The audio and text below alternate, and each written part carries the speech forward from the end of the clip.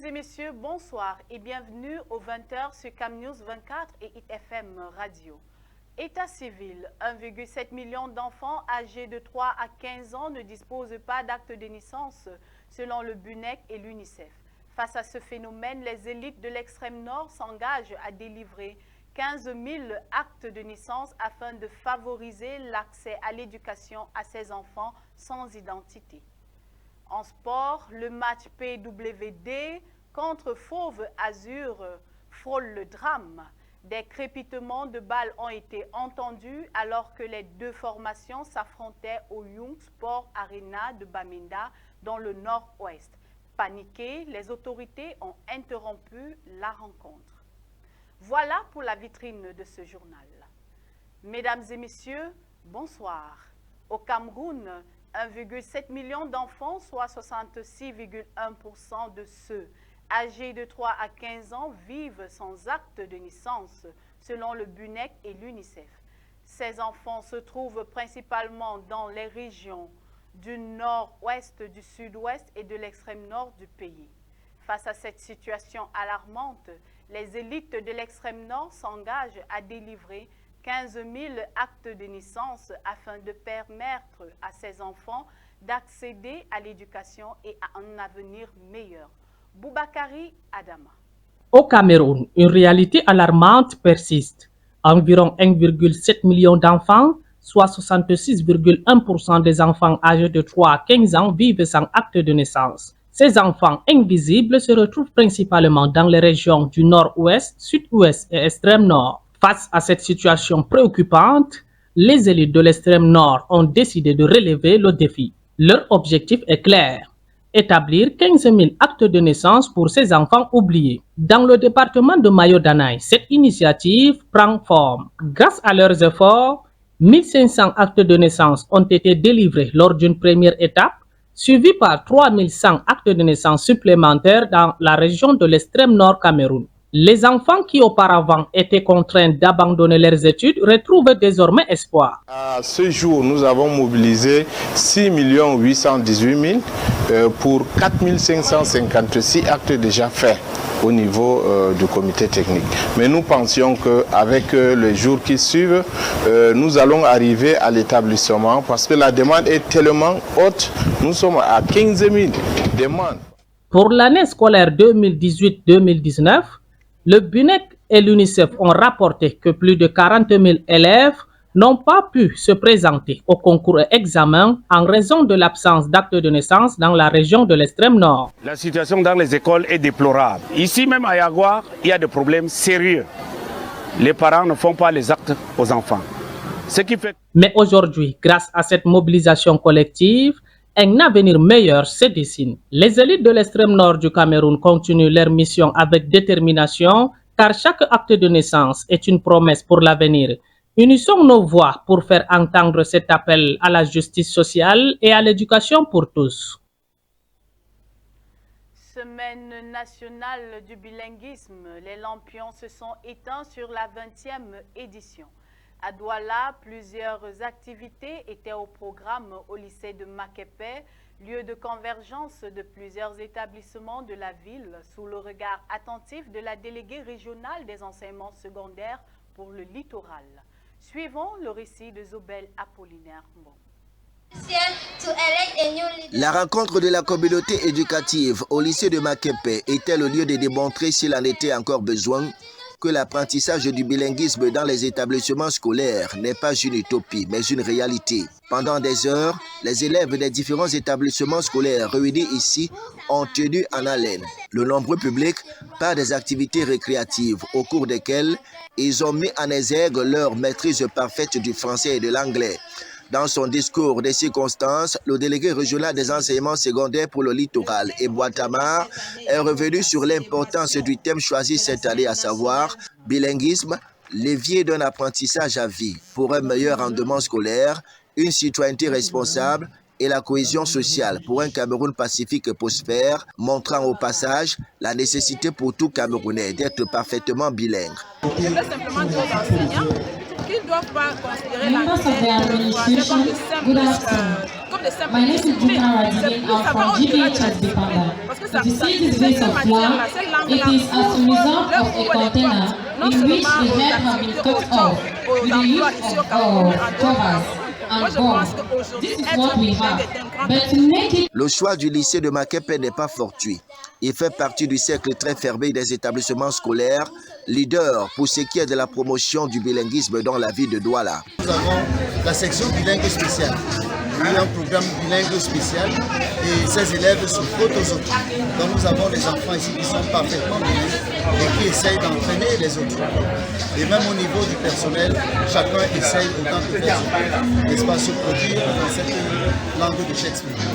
C'est dans une ambiance somme toute festive que les activités relatives à la 20e semaine nationale du bilinguisme se sont achevées au lycée de Makepe. C'est toujours un honneur de recevoir les autorités de la région, c'est-à-dire le gouverneur, le sous-préfet, le délégué régional, parce qu'il y a des chefs d'établissement qui partent et qui n'ont jamais ce privilège-là de recevoir ces autorités. Donc je peux dire que le lycée de Makepe est vraiment honoré de recevoir pratiquement toutes ces grandes têtes, n'est-ce pas, de la région du Sud.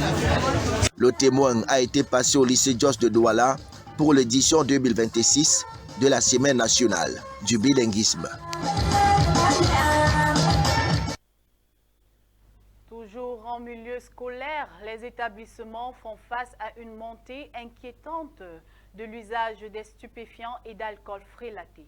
Ce fléau, alimenté par les pressions sociales et économiques, menace non seulement la santé des élèves, mais aussi leur avenir académique. Boubakari Adama nous fait le point. Aujourd'hui, nous nous penchons sur une question préoccupante qui touche nos écoles.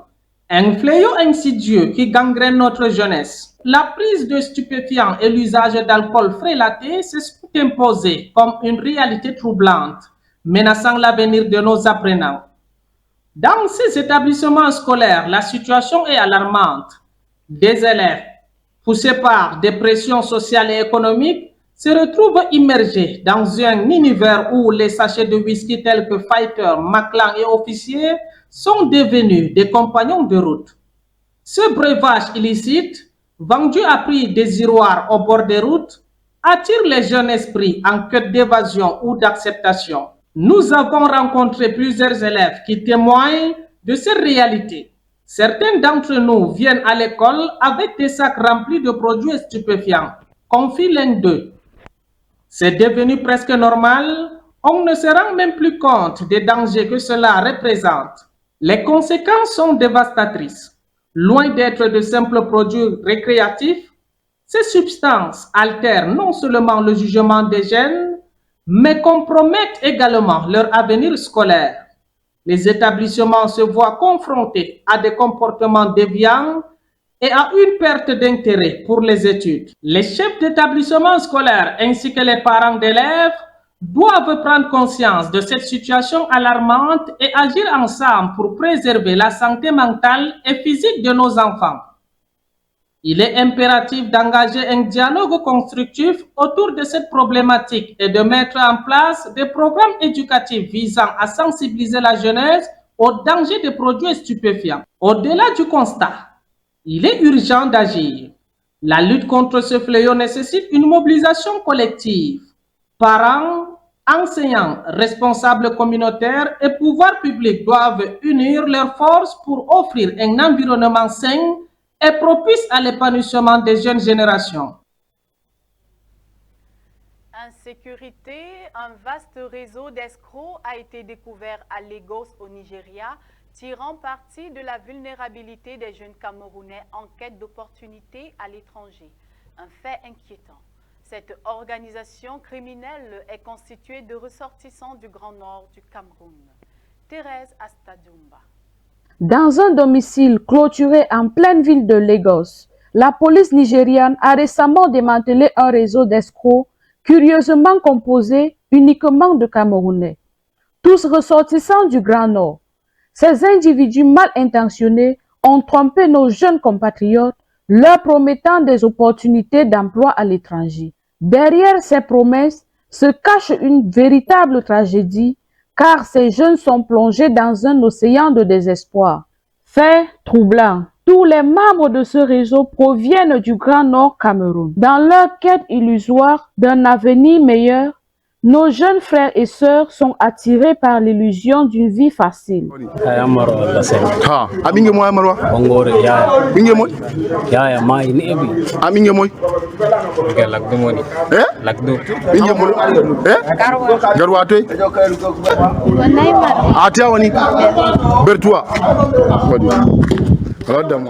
Ils tombent ainsi sous l'emprise de faux gestionnaires d'entreprises et d'écoles qui se présentent comme des sauveurs alors qu'ils ne sont que des prédateurs exploitant la vulnérabilité de leurs victimes.